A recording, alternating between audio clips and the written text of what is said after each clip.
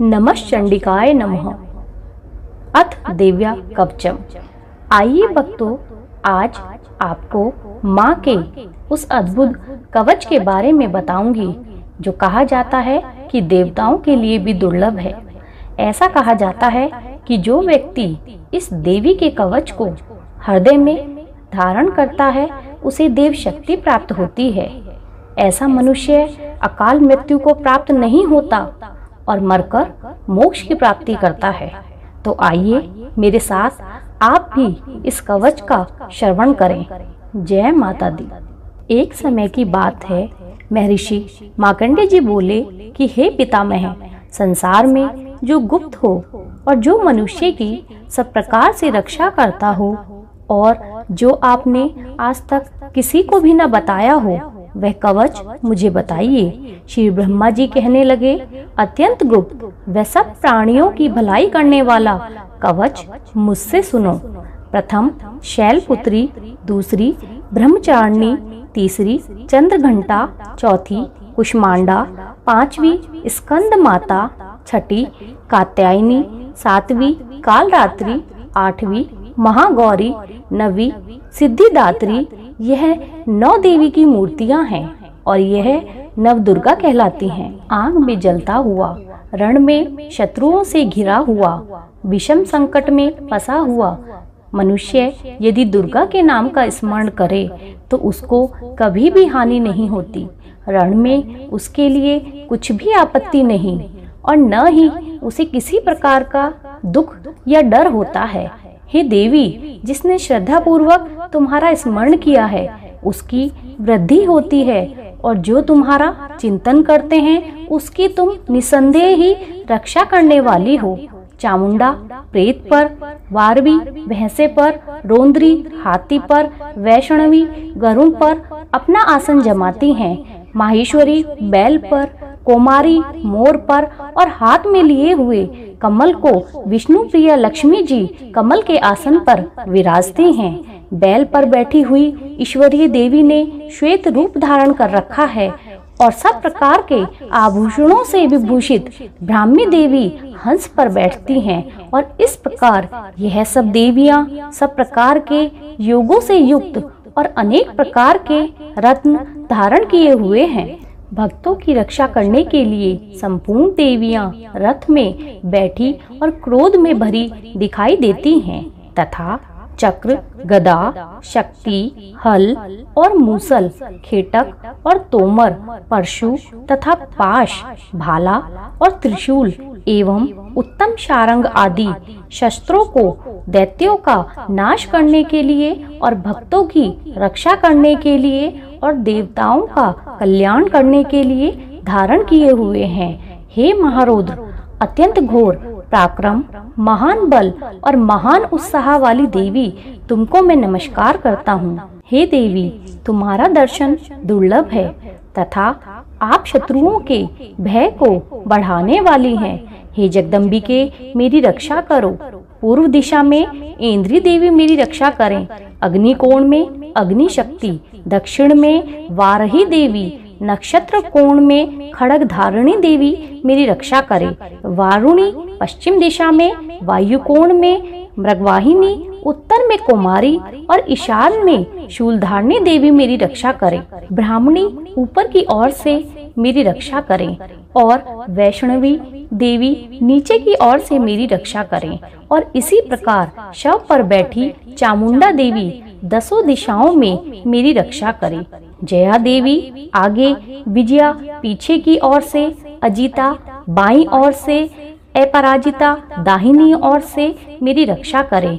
उद्धोतनी देवी शिखा की रक्षा करें और उमा सिर पर स्थित होकर मेरी रक्षा करें। इसी प्रकार मस्तक में मालाधारी देवी मेरी रक्षा करें और यशस्विनी देवी मेरे बाहों का संरक्षण करें। बाहों के मध्य में त्रिनेत्रा, नथुनों की यमघंटा देवी रक्षा करें। नेत्रों के मध्य में शांखनी देवी और द्वारवासिनी देवी कानों की रक्षा करें। कपोलों की कालिका देवी और कानों के मूल भाग की भगवती शांकरी देवी रक्षा करें।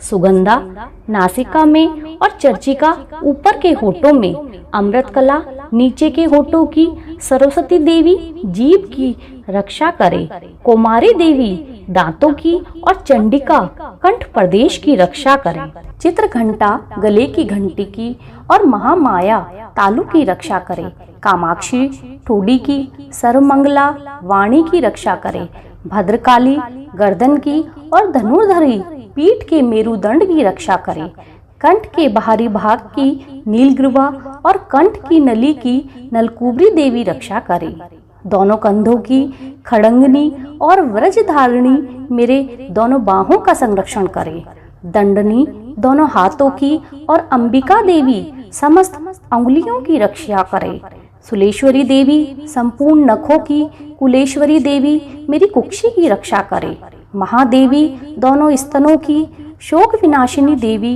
मन की रक्षा करे, ललिता देवी हृदय की, शूलधारिणी उदर की रक्षा करे, कामिनी देवी नाभि की, गुहेश्वरी गुप्त अंगों की, पूतना और कामिका लिंग की, महिषवाहिनी गुदा की रक्षा करे, संपूर्ण इच्छाओं को पूर्ण करने वाली महाबला देवी दोनों जंघाओं की रक्षा करे, विंध्यावासिनी दोनों घुटनों की, तेजस्वी देवी दोनों पांवों के, पृष्ठभाग की, श्रीधरी पांवों की अंगुलियों की, स्थलवासिनी तालुओं की, दृष्टा करालिनी देवी नखों की, उद्धव केशनी केशों की, बागेश्वरी वाणी की रक्षा करे, रोम बालियों के छिद्रों की कुबेरी देवी तथा त्वचा की बागेश्वरी देवी रक्षा करे, पार्वती देवी रक्त मंजा वसा मांस हड्डी की रक्षा करे, काल रात्रि आंतों की रक्षा करे, मुकुटेश्वरी देवी पित्त की, पद्मावती कमल कोश की, चूड़ामणि कफ की रक्षा करे, ज्वालामुखी नसों के जल की रक्षा करे, अभेदा देवी शरीर के सब जोड़ों की रक्षा करे, ब्राह्मणी मेरे वीर्य की, छत्रेश्वरी मेरी छाया की, धर्म धारिणी मेरे अहंकार मन और बुद्धि की रक्षा करे, प्राण अपान समान उदान और व्यान की ब्रजहस्ता देवी रक्षा करे, कल्याण शोभना मेरे प्राण की रक्षा करे, रस रूप गंध शब्द और स्पर्श इन विषयों का अनुभव करते समय योगिनी देवी मेरी रक्षा करे और मेरे सतगुण रजोगुण तमोगुण की रक्षा नारायणी देवी करे, आयु की रक्षा बारही देवी करे, वैष्णवी धर्म की और चक्नी देवी मेरे यश कीर्ति लक्ष्मी धन विद्या की रक्षा करे, इंद्राणी मेरे शरीर की रक्षा करे और हे चंडिके आप मेरे पशुओं की रक्षा करिए, महालक्ष्मी मेरे पुत्र और पुत्री की रक्षा करे और भैरवी मेरे पति की रक्षा करे, मेरे पथ की सुखता तथा मार्ग की क्षमाकारी देवी रक्षा करे, राजा के दरबार में महालक्ष्मी और सब ओर से व्याप्त रहने वाली विजया देवी चारों ओर से मेरी रक्षा करे, जो स्थान रक्षा से रहित हो और कवच में रह गया हो उसको पापों का नाश करने वाली जयंती देवी रक्षा करे, अपना शुभ चाहने वाले मनुष्य को इस कवच के बिना एक पग भी नहीं जाना चाहिए, क्योंकि कवच रखने वाला मनुष्य जहाँ जहाँ भी जाता है वहाँ वहाँ उसे अवश्य ही धन का लाभ होता है तथा विजय प्राप्त करता है। वह जिस अभिष्ट वस्तु की इच्छा करता है वह उसको इस कवच के प्रभाव से अवश्य मिलती है और वह इसी संसार में महा ऐश्वर्य को प्राप्त होता है। कवचधारी मनुष्य निर्भय होता है और वह तीनों लोकों के लिए मान्य होता है। देवी का यह कवच देवताओं के लिए भी कठिन है। जो नित्य प्रति नियम पूर्वक तीनों संध्याओं में श्रद्धा के साथ इसका पठन पाठन करता है उसे देव शक्ति प्राप्त होती है। वह तीनों लोकों को जीत सकता है और अकाल मृत्यु से रहित होकर 100 वर्षों तक जीवित रहता है।